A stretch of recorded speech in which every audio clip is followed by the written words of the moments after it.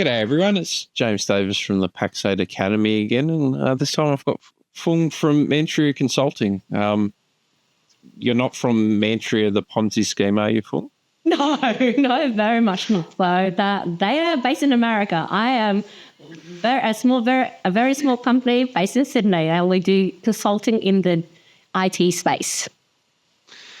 Well, for anyone that doesn't get it, just Google Mantria and you'll have a fun time. And Phuong's just pretending that she's not running a Ponzi scheme, but we'll find out what she actually does. And I'm really, really excited to have you on because this is a topic that we're going to talk about around managing change and digital transformation. And a lot of partners that watch this are very used to fixing broken technology, making sure the infrastructure runs, but more and more we're having to become change managers and digitally transform SMBs. And where I want to start and what I want to understand from you is, what does digital transformation actually mean? Everyone's heard the buzzword, but what does it actually mean? I'm glad you asked that, because this is one of the things that I always want to make sure everybody understands when we talk about digital transformation. So let's just start with the definition of the word transformation. So as a business, you start a certain way and you work a certain way. So the analogy that I always use, and my kids, they love all the time, is like the hungry caterpillar. You start with an egg, and then your caterpillar, you eat, you chomp through everything, then you grow and you grow and you grow. And just like a business, when you initially start, you take small bites, and then you have 2 more bits, and then 3 more bits, and 4 more bits. But at a point, you will get into a cocoon, and then you transform yourself from the caterpillar through to the butterfly, and that's how you change yourself. So as a business, you initially was crawling on the ground, then now you are a butterfly, you're flying about. And so that's actually transformation as far as a business is concerned, just like a caterpillar life cycle. But the great thing is, at least in a business, you don't just become a butterfly and then you die. You can get to be an egg and do the whole cycle again. That's great. That's great. Well, hopefully you don't die. We like businesses to continue the cycle. And so that's business transformation as a whole. And then, the IT or the digital transformation bit is literally as you go through each of the stage, egg, caterpillar, butterfly, and then old butterfly, and then back to an egg again. How do we put IT or technology over the top of that? So that's the digital part. So that to support you as you crawl on the ground, as you're in the cocoon, and then as you fly. So that is the explanation and the analogy I generally tend to use. And like my kids always give me a thumb up because that's really easy to understand. I love it. Just don't die. That's the message so far. Yeah. And so in that process, obviously there's if we take it back to the business and the technology needs change, what how do we manage that? Like especially if we're the technology experts and we have to help an organization change, what does that change actually mean? Is it as simple as just we change the technology and we're done? Or is there more to it? No, definitely not. Well, in the past, that's what people do. We just change the technology, send out a couple of comms and emails, maybe have a town hall, and then she'll be right. I'm like, she's not right. Nobody knows what they're doing. So we want to be a bit better at doing that. So there's a couple of technologies. So number 1 is user engagement, and number 2 is user adoption. User engagement is simply making sure everybody is aware and are interested in what it is that we're doing. And then user adoption, which is after we got the new shiny toy in the IT thing, they will adopt it, will actually use it and love it or not hate it so much in their day-to-day work. So user engagement, when we're a little caterpillar, we're crawling, and it's transportation. So it's about making sure we have wheels, we know we have a little car, but we know how to use it, we know what to do. And then also then moving and then letting people know, giving them basically a heads up, really big heads up to say, by the way, we won't be a caterpillar anymore. We're going to try and be a butterfly now. So it's kind of like, all right, you can let go of your wheels. We're going to go and get planes now. We're going to have wings, people, because wheels won't serve us so much when we're a butterfly. we can still transport from get point A to point B. We just not on the road. We're just going to be flying instead. So is everybody okay with that? Any objections? Any violent objections? Let's talk about it now. And then if you think we still need wheels, great. Let's just work out the justification for that. Can you imagine a butterfly with wheels and wings?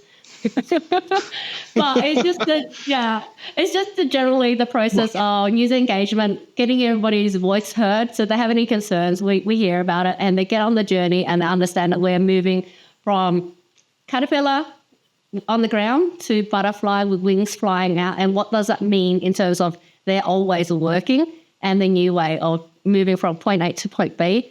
And then adoption, which is if they were part of the journey all along, they are more likely to like the new system, the new implementation, the new ways of working that we are trying to change. Yeah. It's an awesome explanation. And I think like we've all seen it before where a company will get like a new ERP. People haven't gone on that engagement and adoption journey. It's flicked over.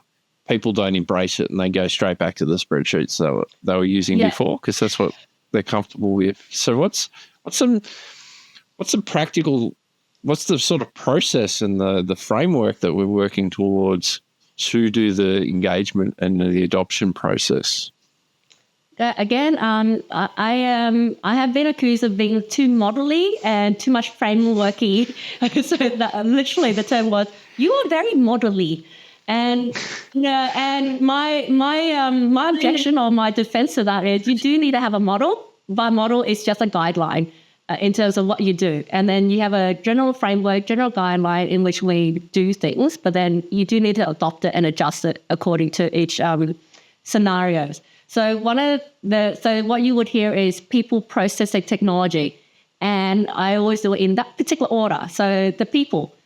Talk to the people. What are they doing each day? What are the pain points? What can be improved? Because they are there on the ground. They are working and doing this function day in and day out. They might have some brilliant ideas and no one has ever actually asked them, hey, James, what's the brilliant idea that you have that we can improve? Sometimes it could be rubbish, but that's okay. We all need to have good ideas and we can try to distill it to the best way of doing something. And we can hear what the problems the frontline people are having. That's people. People love to have a bit of a yarn. People love to have their problem heard, and people love to have their great ideas, surface up. So that's one way to really encourage engagement. The next one is process. So looking at how you do things, getting alignment around how do we do things around here? Is there a better way of doing something? And then also ensuring that the 5 ways that we do things get distilled to maybe just the one way. 20 people doing the process the same way. So it's consistency and you manage everybody's expectation. And if you manage everybody's expectation, I get a bit, I know what it looks like. I know how to transform it. I know how to do my bit to hand over to you. You know what to expect. And therefore it reduces the friction of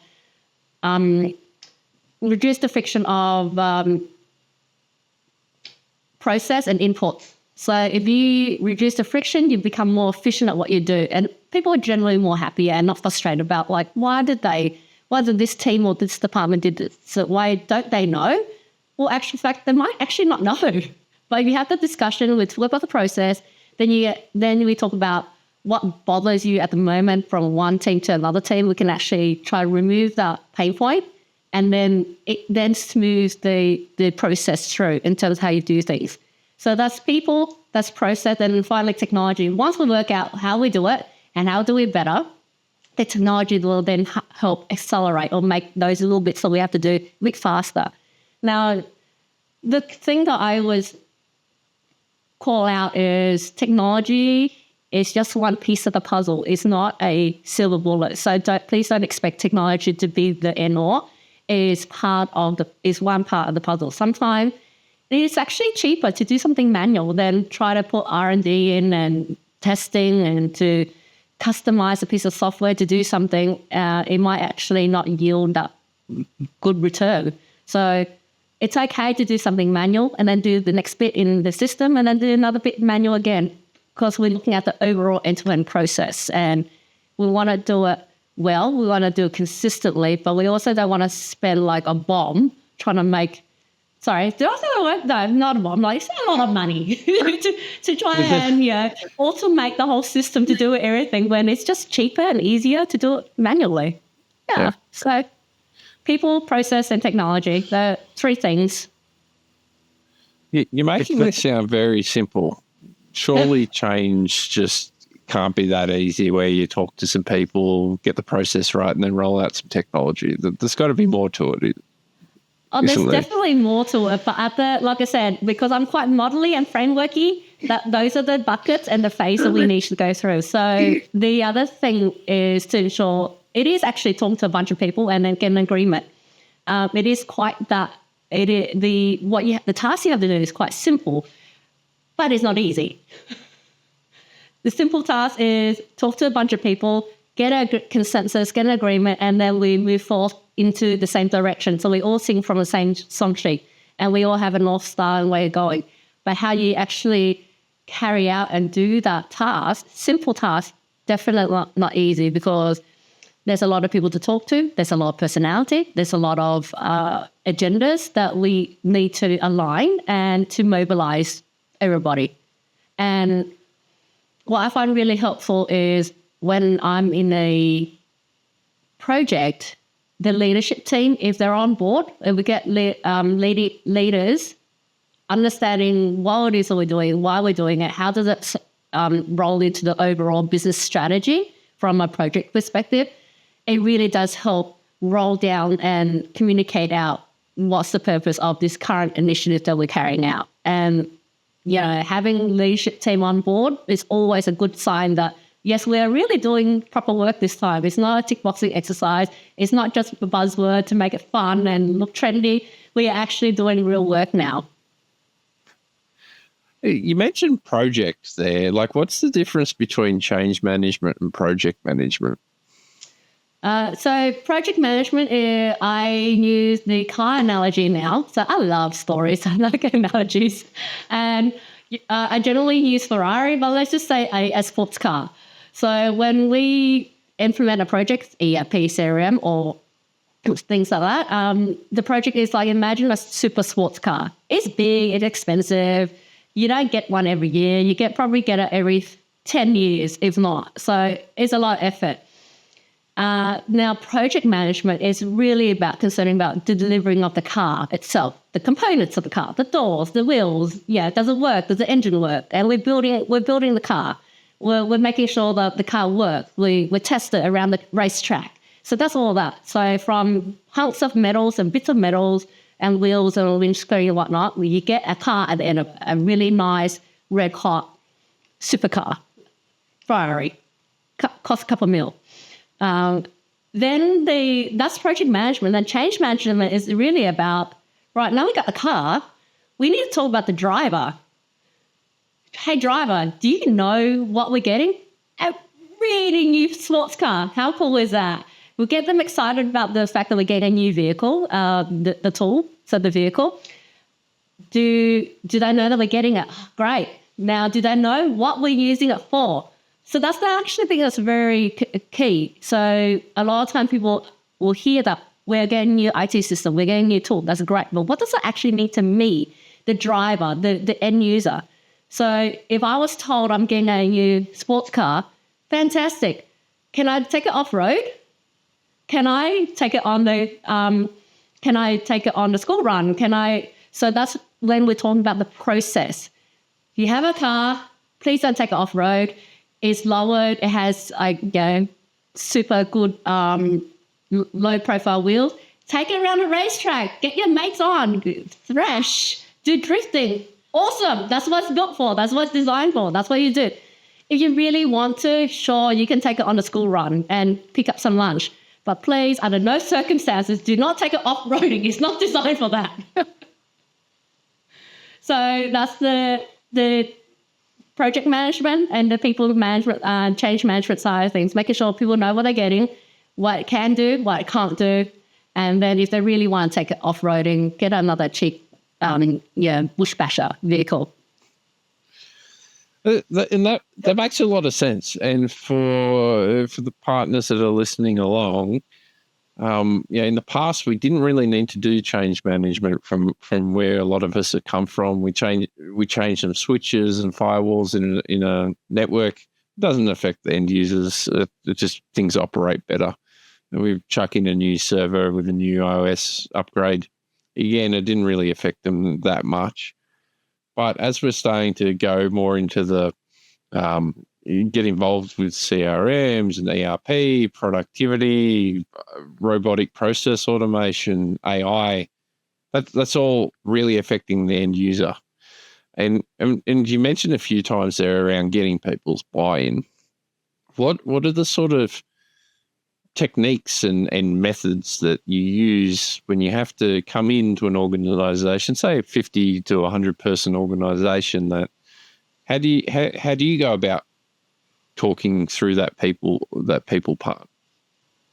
The couple tools, so I've got a couple of things here that a course I'm building in the background just to make sure that these are the shortcuts that I do. So one of the very first thing that is just trying to work out what is it we actually trying to do here? What's our end goal? Now, that will then be our North Star. A lot of projects is because we're getting a tool so that we become more profitable. We get a tool so that we can reduce cost, or we have to do it to make us compliant to regulatory somehow. So generally, a lot of projects, they generally fall into one of those three buckets. And then it's just understanding, a lot of the projects, CRMs and ERP I do is actually about cost minimization. So it's like, how do we become more efficient and therefore better and reduce costs at what we do? And we can use other tools to actually try and break into new markets. So it's about firstly understanding what are we doing this and why are we doing this. If you actually understand why you're doing that, you can actually start communicating it to your wider audience, leadership, the wider audience. One of the key things that I have is making sure you have your change agent. Now, I'm saying buzzwords here. So these are like organizational or OCM buzzwords. So we call them change agent. It's basically just super fans. You have a project, you have an initiative, we want to do something. You want to try and locate your super fans. So get them on board, getting them understanding why we're doing something, why it's important, when are we doing it, how. So the 5W, who, what, when, and why, how. You get their super fans, and then you just make sure that they are in constant contact with you, because the super fans, they can amplify your message to everybody else around them that they have an influence on. So then you have your super fans who amplify your message. They will have engagement, and then because those people generally, they're like hubs for other people to gather around. They're just magnets. They just draw people in. People are then comfortable with talking to them, and you actually get information coming back up to the project or the program. So that's one way of getting engagement. Your superfans, identifying who they are and getting them to be on your side and basically be change agents for you. The other one is my favorite go-to tool is called an empathy map. It's basically, there's a head, and then there's the see, hear, say, think. So basically, it's just a tool to put yourself in other person's shoes. So if I was James, what did James hear about this change, or what the company is trying to do? What is James saying about it?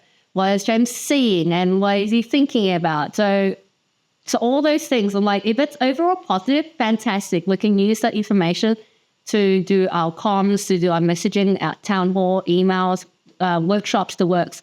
But if any of those points, if James feels negative about it, how do we address it? What can we do to alleviate the pain point? And like, if James thinks it's a terrible idea, I'm like, okay, so why does he think it's a terrible idea? Why is he being such a stick in the mud about it? Because other people will say the same thing, I think, but they're just not, saying out loud to us. So those are the things I do. One, super fast. to find a cross section of people and basically do the exercise empathy map to really get into the heads of the general population of that we're trying to get this change occurring for. That's it. Some really interesting concepts there, especially the empathy map of us understanding the viewpoints and perspectives of who we're working for. And I think a lot of the partners are very used to working with only like IT managers or CFOs, and they don't have a lot of empathy. They've got a lot less feelings. There's a lot more black and white. When we're going through this change in organisation, this is where we're crossing into a lot more departments than probably what we're used to. Sales and marketing are a lot different people to us. The operations of a company is often a lot different. All those sort of things, we're stepping out of our comfort zones, and this is where these sort of tools are going to come in really handy to understand the people and the process side. Like the technology side's the easy part. It's really always isn't the easier part, yeah. And what I'm curious about, like you've given us some really good stuff around the people process. Is it as easy as just getting them to give us some documents and we understand all of a sudden how they operate, or like, is there a better way to understand that side? Again, there are being accused of being too modelly. There are models that dictate how to do this. There is definitely a framework and how I'll go about it, but you do need to get people in a room, talk about the process, and 5 people will have 5 different ways on how to do something. So that's fairly typical. Sometimes you may be lucky and get like 5 people agreeing that there's 3 different ways of doing something. But it's just about, and the other thing is they might not even be aware that other people are doing it that way. So it is a worthwhile exercise to do. Just get your people in a room and just talk about how do you do this? And then just by talking about it, someone may actually say, actually, I never thought about doing it that way. Let me just do it your way now instead. Fantastic. We've gone from 3 different ways of doing something to 2 now.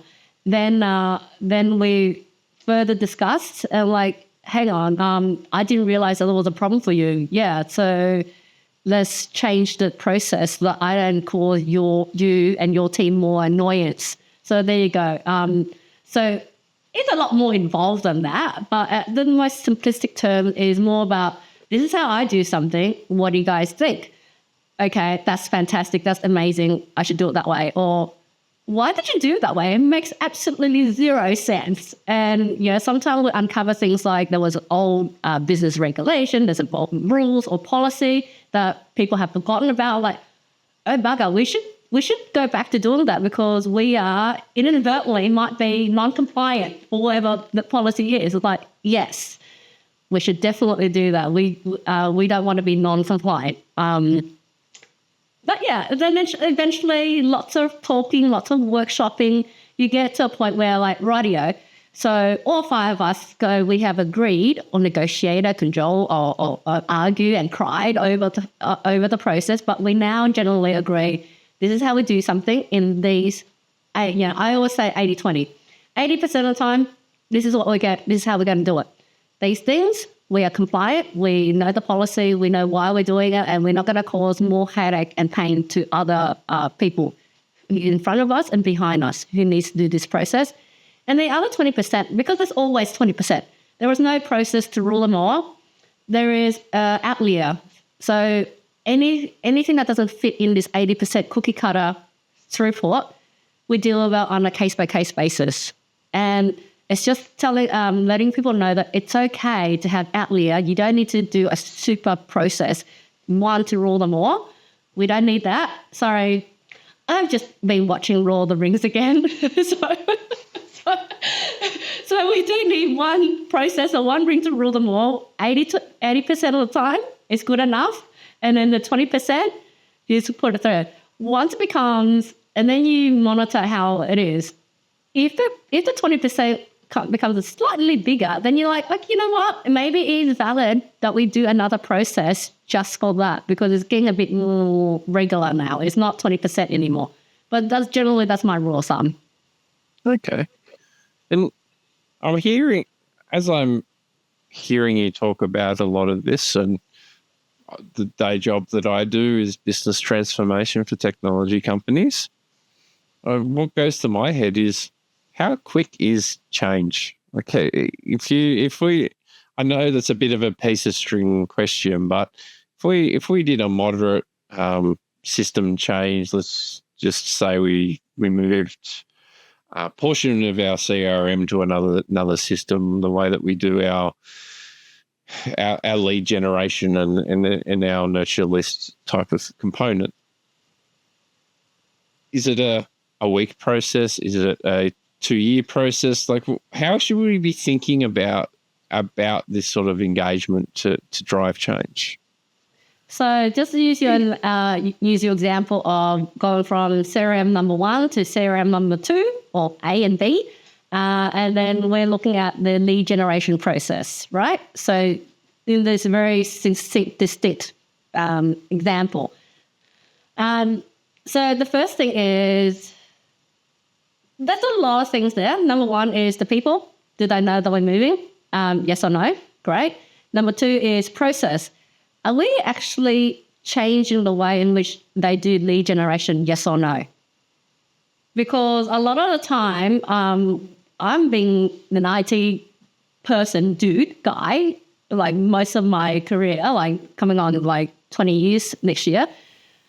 The IT dude always gets blamed for something, and they say we so broken. I'm like, hey, we just provide the tools. We don't show you how to use it. And it's kind of like, if you guys don't know how to use a tool, it's like, why are you blaming us? We gave you the manual on how to use a tool already.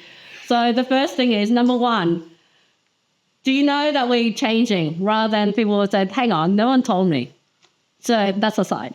Number 2, are we actually fundamentally changing the way people do lead generation? Because a lot of the time, the IT project, a cultural change projects get tacked on to an IT project and say, oh, it's an IT project. But I'm like, no, hang on. We are just changing the tools, the way in which you hammer in the nail. But if you need now and say, hey, a 2-inch nail, we're going to change it to like 5-inch nail instead. Well, we just provided the hammer.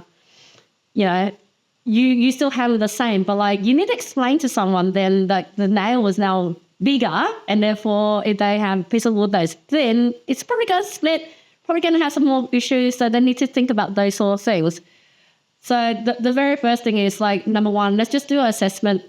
Does it fundamentally change the way in which you carry out your tasks from a process perspective, yes or no? If it doesn't, fantastic. Everybody, process is exactly the same, rules are exactly the same, compliance is exactly the same. Here are a couple of the buttons. Just get used to it, practice it, easy as. That's actually really straightforward. That's the easiest thing to do.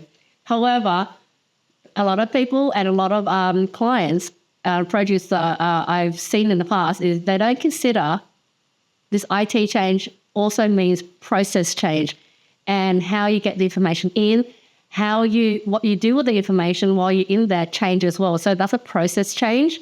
And unless you communicate that and talk through the scenarios in the new world and the ways of working, people just press random buttons and they get really frustrated with the new IT system. Whereas when I do training or when I'm preparing end users for a new system, it's kind of like, no, we are not touching the system at all. I don't care. Don't ask me for login. We are not going there. We are first and foremost just working out, talking about, do you understand, once we get the new system, your lead gen, do you know what to do? When you first get a lead, what's the first thing that you do right now? Let's get an agreement on that. I'm like, okay, then what do you do next? How do you go through the DD process? How do you then filter out the good deals and the good opportunities from one that's not great? Has any of that changed? Do we need a refresher on policies in terms of how do we filter out like opportunity that's not, or leads that's not great? Yeah, again, is a lot of clients or projects I see borrow IT project as a giant exercise to say, oh, we've always done it this way. It's kind of like, well, were your people aware? And then all this training comes unraveling. It's kind of like, and even if we didn't change the system, right, you will have all this noise around. I didn't know we did it that way. No one told me. I'm like, oh, I didn't realize I was causing problems. So again, even if there's no IT change or a tool change, I would highly encourage everybody to look at their processes, making sure everybody knows what it is that they're supposed to do. Firstly, get that process really slick so that there is no, less, what did I say before? So it's a smoother process to get from point A to point B. So lead gen to going to a customer and then hopefully getting a deal, or just turn down, and therefore it's a dead lead for now anyway. Getting that process done is a worthwhile thing, and I highly, highly recommend that everybody do that before embarking on technology. Because technology is, once you get all that stuff lined up and it's lined up nicely, technology is literally just pressing the button. Again, that's quite simplistic, but also sometimes the tools will actually tell us what we can and can't do. But I think the very first thing is look at your process, look at what you need to do, and then we overlay with technology. Yeah, I love that you say that, because the example in all the partners is they run their PSAs and it's not running very well, and their default answer is, well, I'll just change the tool. It's not actually solving the problem. If you don't have the processes, you don't set it up, like you're changing that perspective, which is awesome. And I think the question that I was having as you were talking that through, and it made so much sense, is are we trying to aim for fast change, or are we looking at this change will take longer? Like, what? I know it's another piece of string answer, but what if we're trying to change someone's habits and the way that they do things? Do we come in and just go how we've traditionally done it and go, let's get the project done as fast as possible, compared to maybe it's going to take us longer? Like, where do you usually see this? So generally, depending on, again, how long is a piece of string kind of question, and therefore how long is a piece of string kind of answer. So again, we just have to look at the impact and how much change are you actually doing. If you're only doing the lead generation process and it's just how we capture data, that's pretty simple, that's pretty straightforward. So that change in terms of how you capture data could be quite quick. But if it's more of the overall process and policies change, and I use the ADCA model plus a few other different change model. ADCA is, awareness, desire, knowledge, and then I forgot the other A, and then you got reinforcement at the end. So awareness, desire, do we want to have those change? And then knowledge, do we have the skill set, what it is that we need to do? So human nature, if it's big change, 12 to 18 months for real change that fundamentally, at the core of your being. Because you need to go in, you need to question your life's choices. You need to work out, what am I actually doing here? Does it make sense? You have to go through all that. And then you finally, okay, I now understand why it is that we need to do something, and I have a desire to make the change. Then once I recognize that I have the desire for the change, I can then need to get the knowledge. And then obviously, if you ever did a new year resolution and kickstart a new health kick, at the beginning, everybody's super excited. But by the time the 31st of January rolls around, you kind of just hadn't gone to the gym for a couple of days. So we also make sure, what it is you're doing. You have the desire, you're fired up, you're doing it. But also the last part, which is reinforcement. It's kind of like, okay, reinforcement to remind you that, let's not go back the old way of doing something. Mm-hmm. So that's the ADCA model. And I always forget the second A. I don't know why, but I think it's action. Action? We'll go with that. We'll go with that for now. You've got to do something to reinforce it. Yes. Ability. There you go. Knowledge and an ability. so that's making a lot of sense. And for a lot of partners, what I would be thinking about is actually this kind of change is going to start it's like peeling an onion. Like I share my example as being a strategic advisor for a lot of technology companies and helping them transform their business. That sort of transformation's 3 to 5 years worth of work. And it's what you've been describing with talking to people, understanding the process before we even get to technology. We're pulling on a thread, and it just keeps coming and coming and coming, because what you start to do is you're questioning what that organization's been doing. Like you said, how are we running this process, this lead gen process? You'll open up that process in itself probably isn't well defined, let alone the processes on the other side, who's responsible, and all of that wonderful stuff. So it's actually ongoing work. And I think for a lot of us in the technology space, because we're very much a project-focused industry, we look at it as a one and done type of activity. Come in, we do our job, we move on. Actually, this stuff is like a way for us to elevate and provide a different offering to have that recurring revenue, because change is slow. We can deliver projects in that change sort of program, but we've got that ongoing engagement with the clients. Is that what you're sort of seeing from what you're doing as well? Or is it more come in, we just do one project, we put some change management around it, we're done kind of thing? Or is it somewhere in between? So it's somewhere, it's yes and no. So the way change management work is, like you said, it's a 5-year thing, 10-year thing. And when we go back to the analogy of the butterfly, the caterpillar and the butterfly, we're looking at the life cycle of a business. Businesses don't just exist for 5 years or 10 years. They hopefully exist for 50 years, 100 years. And in that time, there'll be a lot of cycles where you become the caterpillar and the butterfly. And then second round, maybe you want to be a moth this time, or dragonfly. That's okay. That's okay, because that's the evolutionary reality of a business. A business that starts being caterpillar might actually be a butterfly, then a moth, then a dragonfly. And that's the beauty of that. And I think where a lot of projects is a little bit more short-sighted, because it only looks at when you're a caterpillar, and then it looks when you're a butterfly, and then it looks when you decide to become dragonfly instead. And then change management was good because it links the transition between caterpillar to butterfly. So you make that move a little bit easier. But then it's kind of like, that's at the project level. What about at the program level? So program is more of the evolution of caterpillar to butterfly to caterpillar and dragonfly again. What does that look like? And at some stage, we might want to be slightly different. Still the same, but slightly different.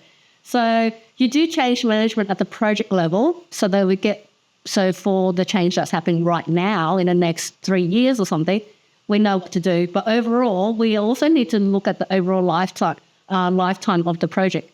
So I think in Japan, they have a cultural thing where they have a 100-year plan. And I love the idea, because you know that in your lifetime, you're not actually going to deliver on that. But they think of projects now, but then they also think of the 100-year plan of the company, so that it will stand and sustain for the whole duration. So what they do, they also look at that. So that's like the ultimate North Star.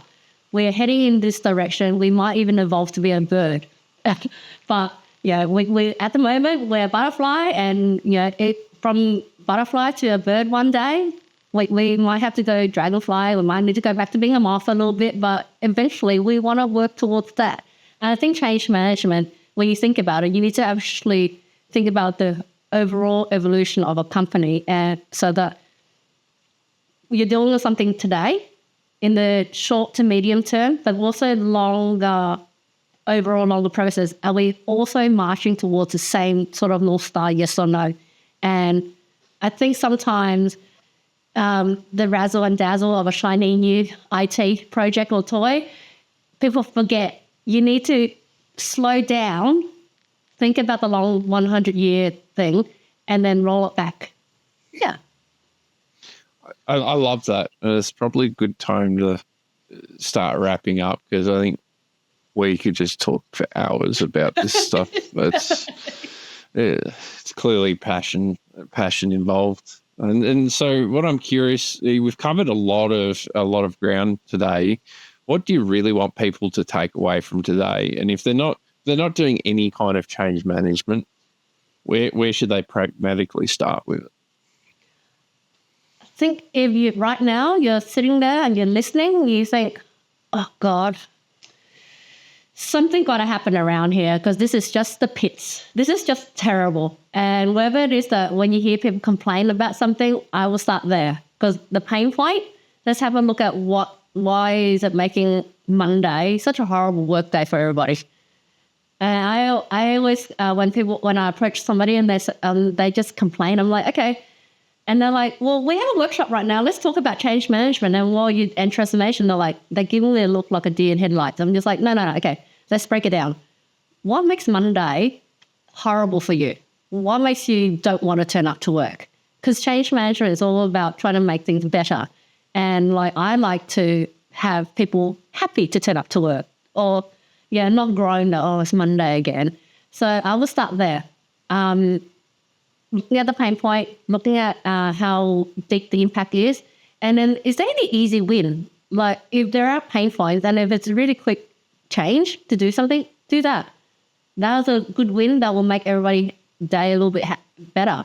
And then repeat the process again, just small wins. Sometimes these things that you do don't have to cost a lot of money, don't have to take a lot of time and effort, but it's just being conscious of just very slowly, like tending to the garden, weeding things out. You don't have to do the whole landscaping, but we are literally just looking at weeds and just picking it out one at a time.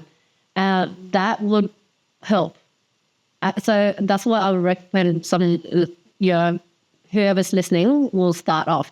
And then once you have a bit more time and effort, and you think about radio, do we need to redo the garden? Do we need to dig everything up? Yes or no? And then you can, launch a big project. But at the very least, have a look around. What problems can we solve right away? What problems do we need to delay? And that's where I will start. I love that. It's a great one to wrap up on. And I think I want to reiterate as we come to a close, there's a huge revenue opportunity in the ongoing change management, where we're very key people for our clients' businesses we're their technology partners and they want us to advise.